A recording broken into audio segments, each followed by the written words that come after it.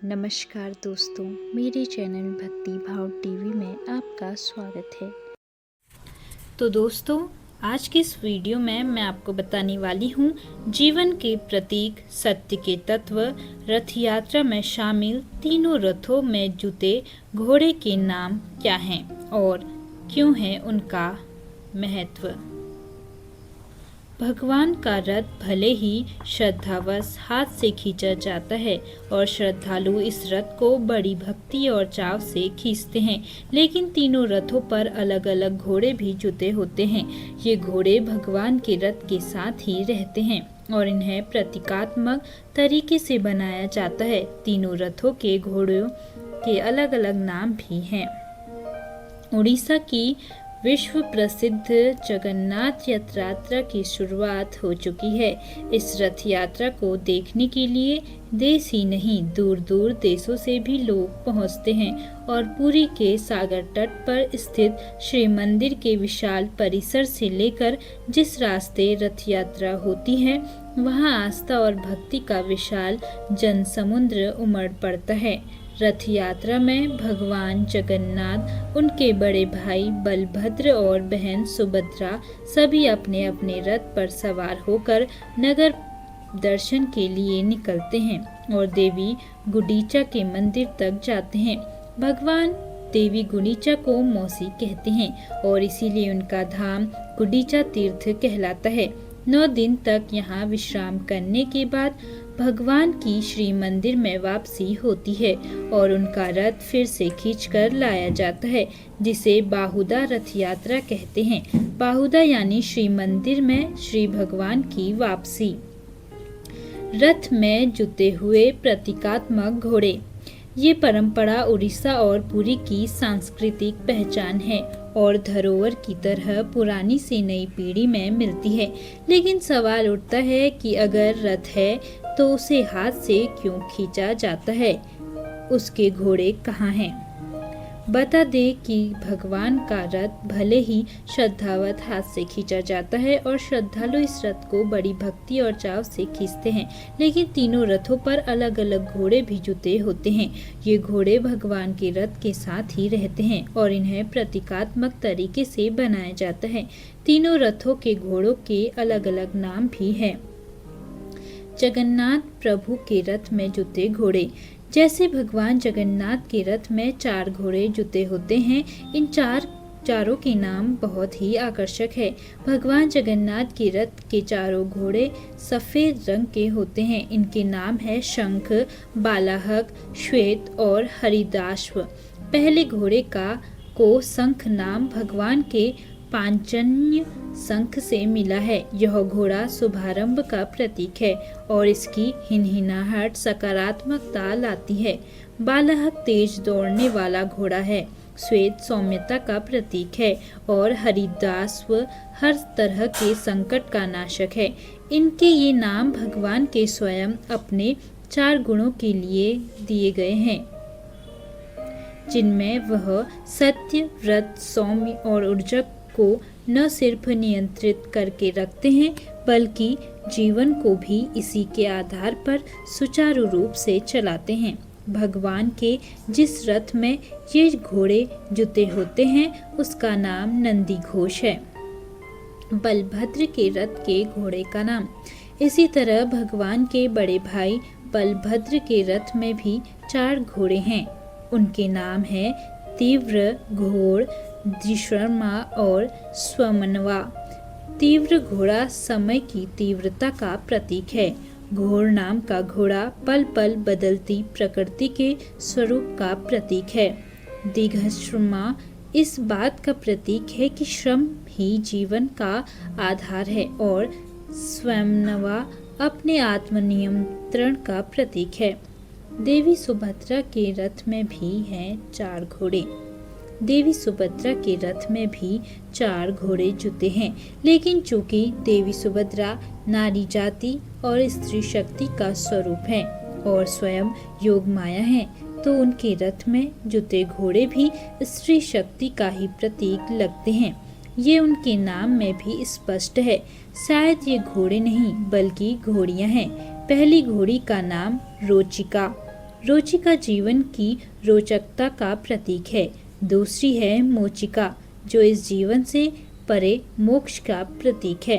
तीसरा है जीता, जो विजय का प्रतीक है। और चौथी है अपराजिकता, जो कभी हार न मानने वाली शक्ति का प्रतीक है, जिसे जीता नहीं जा सकता है। तीनों ही रथ में जुते हुए घोड़े हमें जीवन से जोड़ते हैं और इसकी परिभाषा को सामने रखते हैं। दोस्तों, इस कहानी में आपके मन में एक सवाल तो आया होगा कि कौन है देवी गुडीचा, क्यों कहलाती हैं भगवान की मौसी, जिनके धाम तक रथ से जाते हैं जगन्नाथ स्वामी। जानते हैं इसके बारे में।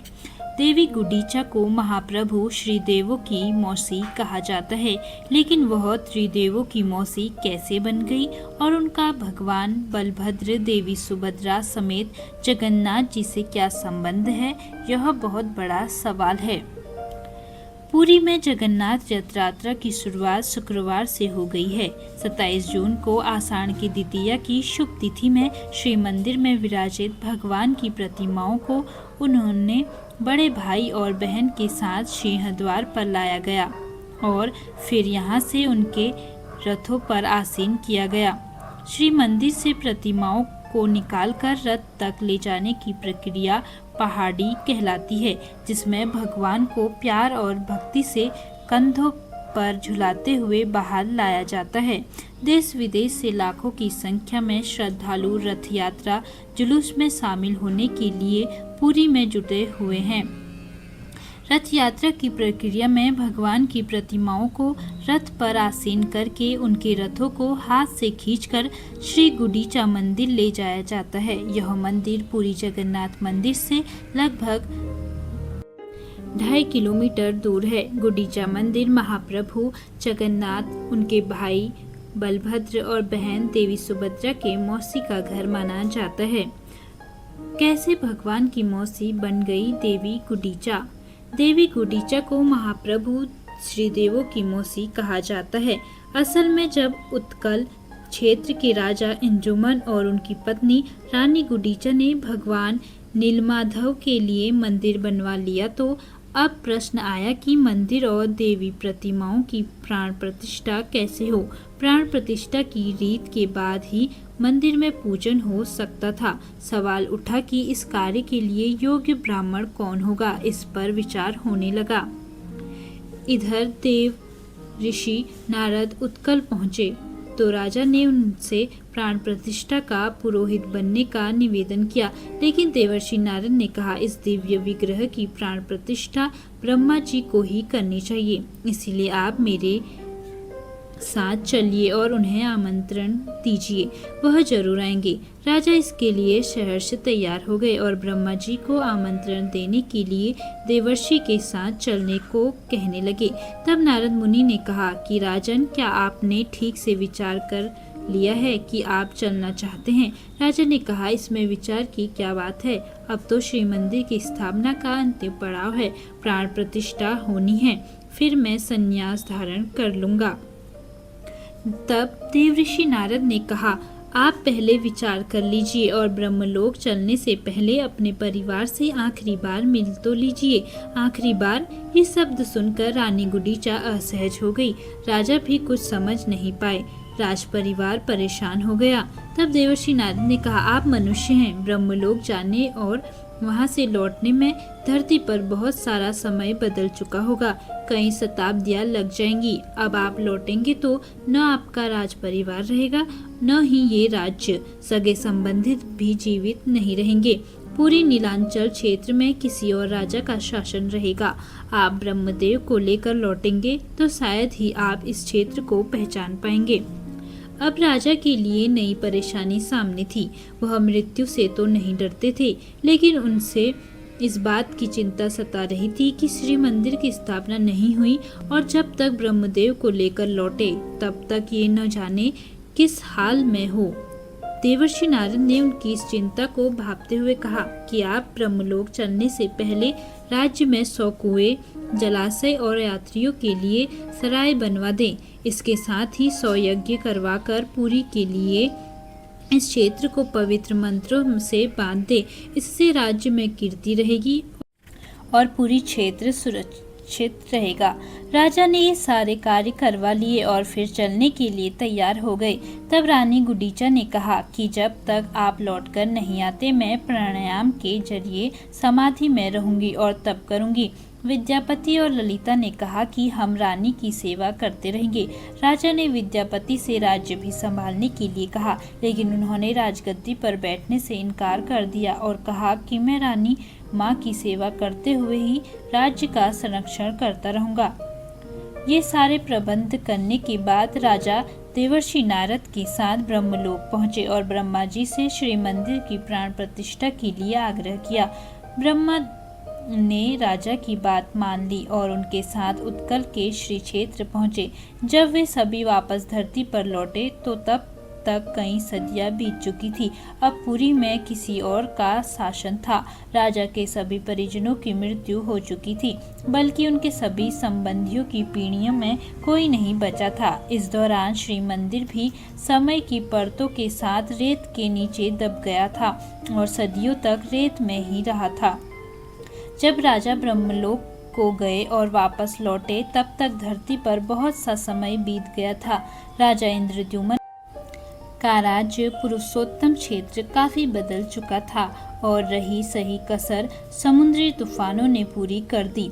जब राजा इंद्रद्युम्न वापस लौटे तब पुरी में एक अन्य राजा गालू माधव का राज्य था। राजा इंद्रद्युम्न के लौटते ही देवयोग से एक तूफान के कारण सागर किनारे बना श्री मंदिर ऊपर आ गया। राजा गालू माधव ने खुदाई कराई और उसकी स्थापना कराने की तैयारी करने लगे। इसी दौरान भूतकाल के राजा रहे इंद्रद्युम्न ब्रह्मदेव को लेकर आ गए। अब नए राजा गालू माधव और प्राचीन राजा इंद्रद्युम्न के बीच विवाद की स्थिति बन गई। तब हनुमान जी संत के वेश में आए और उन्होंने सारे घटनाक्रमों ने नए राजा गालू यादव को अवगत कराया। राजा गालू माधव भी कुष्ठ भक्त था। संत वेश में हनुमान जी ने उनसे कहा कि अगर ये राजा सत्य बोल रहे हैं तो इन्हें मंदिर के गर्भगृह का द्वार खोजने के लिए कहो। गालू माधव के कहने पर राजा इंद्रद्युम्न, जिन्होंने इस मंदिर को बनवाया ही था, उन्होंने सहजता से रेत में दबे मंदिर के गर्भगृह का मार्ग खोज लिया, जो कि गालू माधव के सैनिक और कारीगर अभी तक नहीं कर पाए थे। मंदिर का गर्भगृह सामने आते ही चारों ओर नीलमाधव का नीला प्रकाश फैल गया और मंदिर अपनी पूर्णता के साथ सामने आ गया। इधर रानी गुडीचा को भी अपने पति के लौट आने का एहसास हुआ तो वह समाधि से उठी। तब उन्होंने आंखें खोली तो सामने एक युवा दंपति हाथ जोड़े खड़ा था। रानी ने उनका परिचय पूछते हुए कहा कि क्या तुम विद्यापति और ललिता के बेटे बहू हो?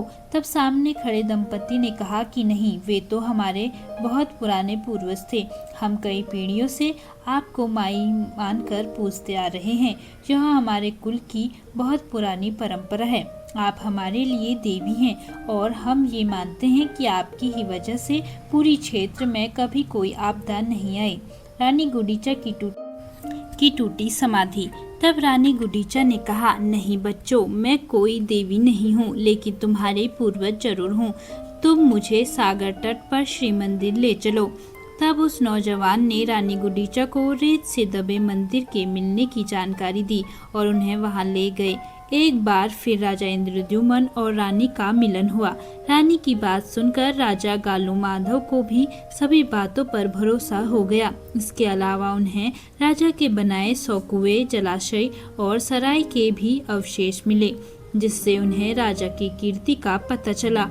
गालू माधव ने खुद को राजा की शरण में सौंप दिया और उनसे कृष्ण भक्ति पाने की प्रार्थना की। अब सारी बातें सामने आ गई। ब्रह्मदेव ने एक यज्ञ कराकर रानी गुडीचा और राजा इंद्रद्युम्न के हाथों जगन्नाथ भगवान की प्राण प्रतिष्ठा कराई। प्रतिष्ठा होते ही भगवान जगन्नाथ बहन सुभद्रा और भाई बलभद्र के साथ प्रकट हो गए। उन्होंने राजा को आशीष देकर उससे मनचाहे वर मांगने को कहा। राजा ने मांगा कि जिन सैनिकों श्रमिकों ने मंदिर के निर्माण और इसे फिर से रेत से निकाल लेने में श्रम किया, उन सभी पर अपनी कृपा बनाए रखे। राजा ने मांगे कई वरदान। जगन्नाथ भगवान ने कहा और मांगो। तब राजा ने कहा, जब भी जगन्नाथ की कथा कही सुनी जाए तो आपके परम भक्त विश्ववसु, मेरे भाई विद्यापति और उसकी पत्नी ललिता का नाम जरूर लिया जाए। भगवान ने कहा और मांगो। तब राजा ने कहा, इस कार्य के लिए मेरा साथ देते हुए रानी गुंडीचा ने अपने मातृत्व सुख को भी त्याग दिया। उसे भी अपने चरणों में विशेष स्थान दीजिएगा। तब भगवान ने कहा और मांगो। राजा ने कहा, आपके इस मंदिर में दर्शन करने वाले सभी श्रद्धालुओं को धर्म पथ पर चलने का आशीर्वाद दीजिए। भगवान ने कहा और मांगो राजन। तब राजन ने कहा कि और क्या मांगूं? तब बलभद्र ने कहा, तुमने जो कुछ मांगा वह दूसरों के लिए मांगा है, क्या तुम्हें खुद के लिए कुछ नहीं मांगना? तब राजा इंद्रद्युम्न ने कहा, आप तीनों के साक्षात दर्शन के बाद मेरी कोई लालसा नहीं बची। तब भगवान मुस्कुराए और बोले, राजन, तुम्हारी इच्छा अनुसार सभी सेवकों श्रमिकों पर मेरी कृपा रहेगी। उनकी पीढ़ियां ही मंदिर के अलग अलग कार्यों में सेवा देंगी। विश्ववसु, ललिता और विद्यापति के वंशज ही मुख्य पुजारी होंगे। मंदिर से जुड़े कई विधान इन्हीं के द्वारा संपन्न होंगे। आज भी जगन्नाथ मंदिर में रथ के अलावा नई प्रतिमाओं का निर्माण भी तब से चले आ रहे सेवकों के वंशज ही कर रहे हैं। भगवान ने रानी गुंडीचा को पुकारा मौसी। इसके बाद भगवान रानी गुंडीचा की ओर मुड़े और कहा, आपने तो माँ की तरह मेरी प्रतीक्षा की है। आप मेरी माता के जैसी हैं, माँ जैसी गुंडीचा देवी, इसलिए आज से आप मेरी मौसी गुंडीचा देवी हो गई हैं। मैं वर्ष में एक बार आपसे मिलने जरूर आऊँगा। जिस स्थान पर आपने तपस्या की थी वह स्थान अब मेरी मौसी गुंडीचा का मंदिर होगा। इसे देवी पीठ के तौर पर मान्यता दी जाएगी। हम तीनों भाई बहन आपके पास आया करेंगे और संसार इसे रथ यात्रा के तौर पर जानेगा। इसके साथ ही पुरी के हर राजा को रथ यात्रा मार्ग को स्वर्ण झाड़ से बुहारने का सौभाग्य मिलेगा। रथ यात्रा के मार्ग को बुहारने की प्रथा छेड़ा पहरा कहलाती है।